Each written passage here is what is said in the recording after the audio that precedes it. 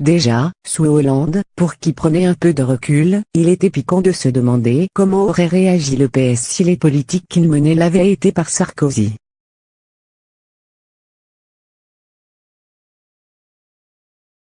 Mais avec Macron, l'exercice devient d'autant plus vertigineux que le président actuel bénéficie d'une mansuétude,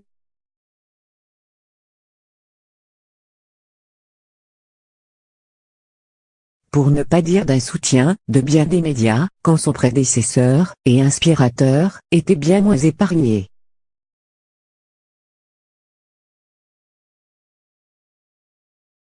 Pire sur le fond, pire sur la forme.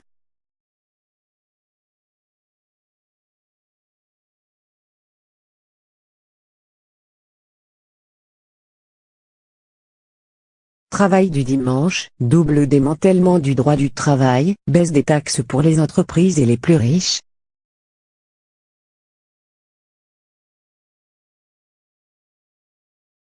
Suppression des cotisations sociales sur les heures supplémentaires, proposition de supprimer les allocations des familles de délinquants.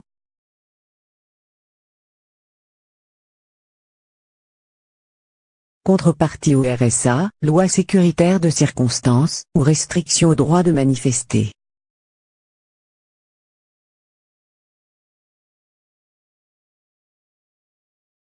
Décidément Macron m'échappait pas dans ceux de celui qu'il avait conseillé avec le rapport Attali sur la libération de la croissance, guerre libérée 10 ans après.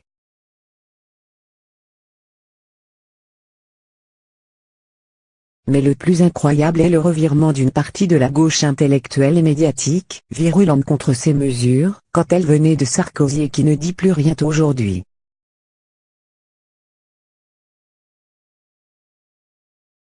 Il ne me semble pas que France Inté faisait partie des soutiens indéfectibles de Sarkozy de 2007 à 2012.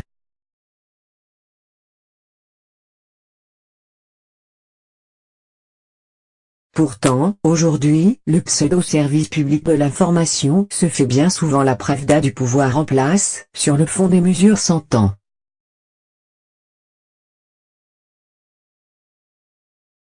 Sur le fond, tout ceci pose un problème démocratique. Les alternances ne sont que des alternances de personnes et d'égos.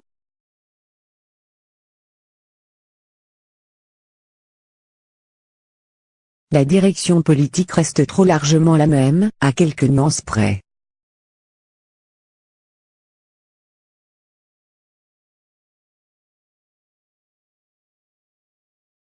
Pire, comme lors du rachat par General Electric, Macron va plus loin encore que ses prédécesseurs dans bien des domaines.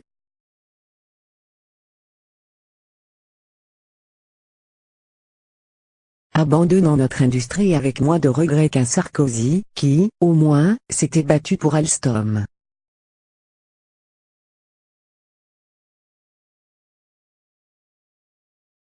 Avec le recul, ce qui est extravagant, c'est que Sarkozy apparaît comme bien plus modéré que Macron dans des domaines où son prédécesseur apparaissait comme ayant dépassé toutes les limites antérieures.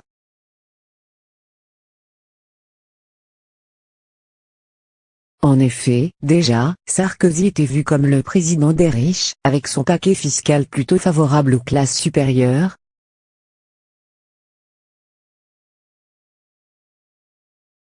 mais aussi comme le président des excès de langage, entre Karcher et casse-toi, pauvre con.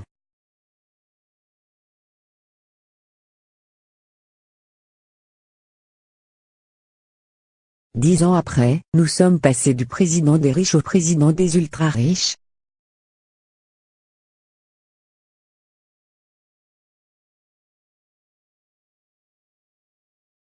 Qui a donné 6% de pouvoir d'achat en plus aux 1% les plus riches, comme un article du Monde, peu suspect d'antimacronisme primaire, doit bien le reconnaître.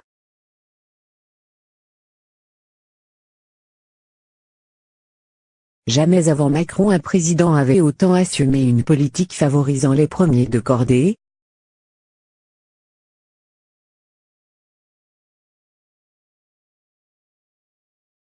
Ne cessant par ses outrances verbales de dévaloriser tous les autres Français, Gaulois réfractaires, gens qui ne sont rien.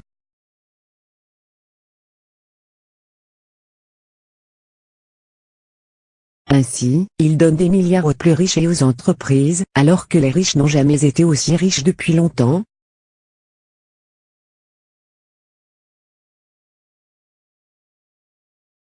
Et que les entreprises n'ont jamais gagné autant, tout en trouvant le moyen de dénoncer le pognon de dingue que coûtent les aides sociales.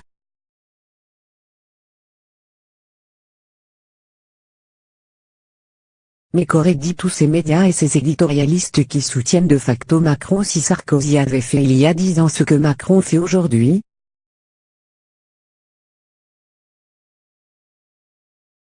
Quel deux poids, deux mesures.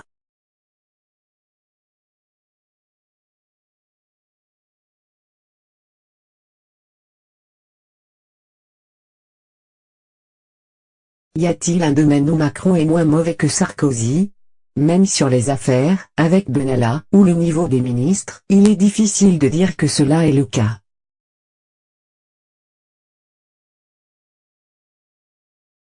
Ce n'est pas pour rien qu'il est encore plus impopulaire que celui qu'il avait conseillé, ce qui rend la complaisance, pour ne pas dire la défense, de tant de médias à son égard, encore plus insupportable.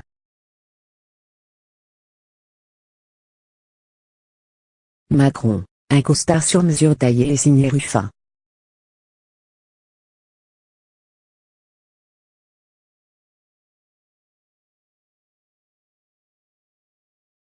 Ils sont de la même génération, ils viennent de la même ville, ils ont fréquenté la même école, ils font tous deux de la politique.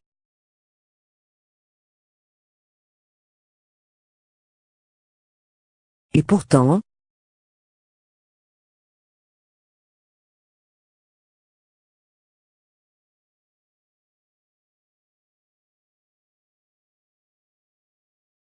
étoile montante de la bourgeoisie française, champion en devenir, vous êtes promu à l'international.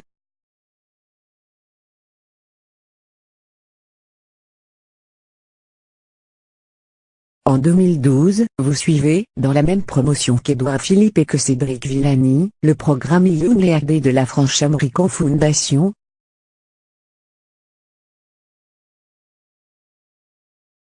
Réservé aux jeunes à fort potentiel de leadership et appelés à jouer un rôle important dans leur pays et dans les relations franco-américaines.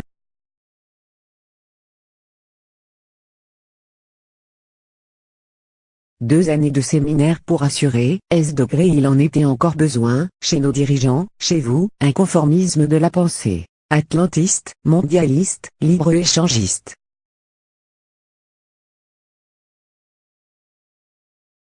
De quoi, plus concrètement, grossir votre carnet d'adresses.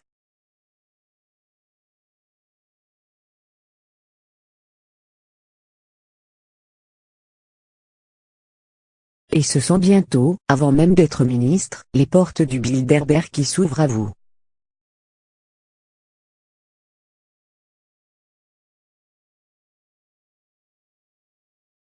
Ce groupe, confidentiel, réunit chaque année une centaine de personnalités des affaires, de la politique, des médias.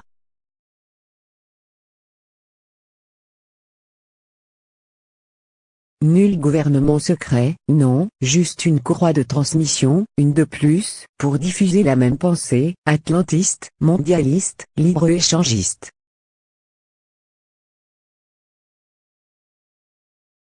Pour que, à l'abri des regards et des caméras, les élites se parlent franchement, règlent leur montre, quant à la marche du monde.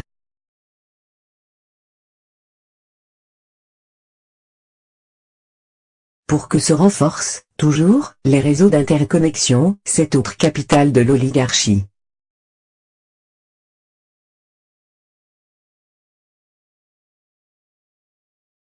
Quitte à donner le tournis, je vais citer ici une palanquée de noms, d'institutions, pour livrer une esquisse, brouillonne, de ces interconnexions. Henri de Castries, PDG de AXA, préside alors le comité de direction du groupe Bilderberg.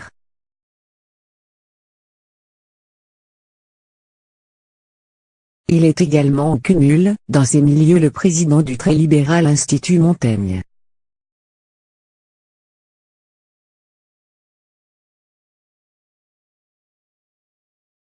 Dont le directeur, pour l'anecdote, est votre ami de longue date, Laurent Bigorgne, qui hébergera à son domicile votre mouvement En Marche. à son lancement et se rendra lui aussi au Bilderberg.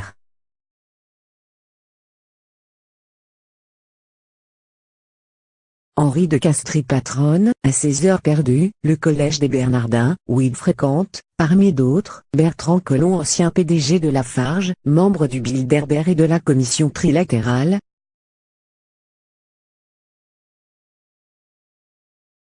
Patricia Barbizet, qui dirige la holding de la famille Pinault, présidente du Club Le Siècle, au comité directeur du Bilderberg et de la Commission trilatérale.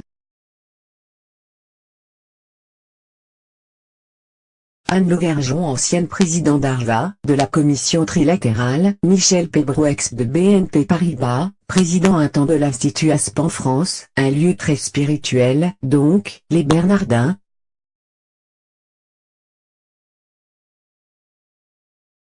Détaché des contingences, ou une fois président, vous donnerez une conférence sur le lien qui s'est abîmé, qu'il faut réparer, entre l'Église et l'État.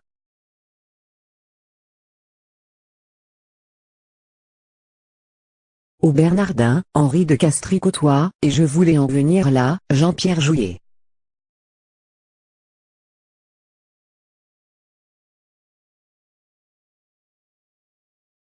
Des amis, eux aussi, et de longue date là encore. Ils ont suivi ensemble une formation d'officier de réserve dans leur jeunesse, puis l'un dans la promotion Voltaire, la même que François Hollande, que Ségolène Royal, que Dominique de Villepin, que Michel Sapin, etc.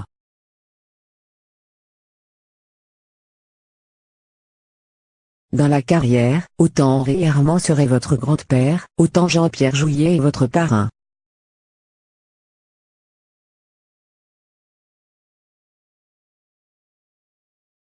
Mariée à une richissime héritière de la famille Tétinger, une Brigitte elle aussi qui siège au conseil d'administration de Suez, de HSBC France, de la Fnac Darty, du Centre Pompidou, il est passé de la direction du Trésor à celle de la banque Barclays.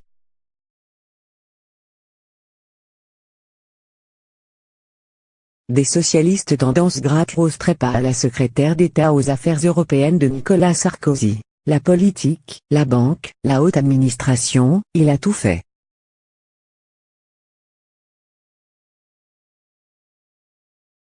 En 2005, il dirige l'inspection générale des finances, et il vous prend sous son aile. C'était un truc qui nous rapprochait, confie-t-il, le côté chrétien.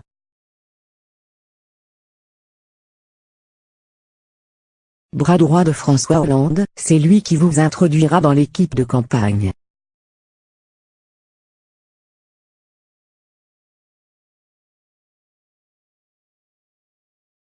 C'est lui encore qui vous recommandera comme secrétaire général adjoint de l'ENISE.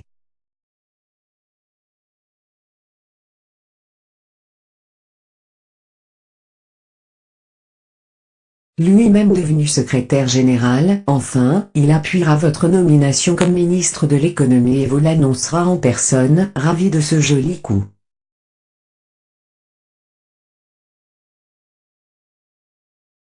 Et c'est donc lui, auparavant, qui vous a proposé pour le groupe Bilderberg.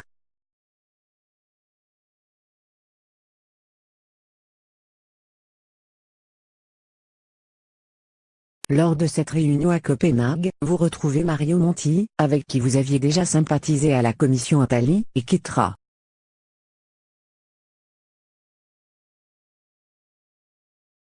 J'arrête là, on a compris l'esprit. Le grand monde est un petit monde, qui se croise et se recroise.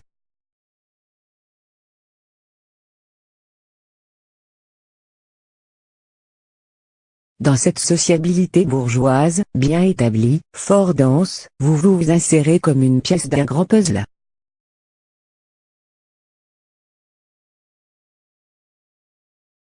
Et après ça, vous venez proclamer « Je me suis fait tout seul ». C'est la plus aboutie de vos macroneries, je trouve, ce « je me suis fait tout seul ».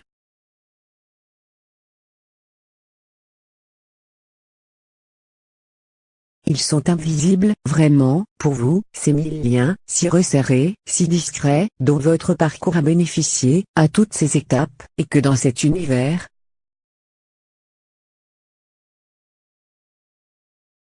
en fait, on ne nomme pas piston mais poliment relation,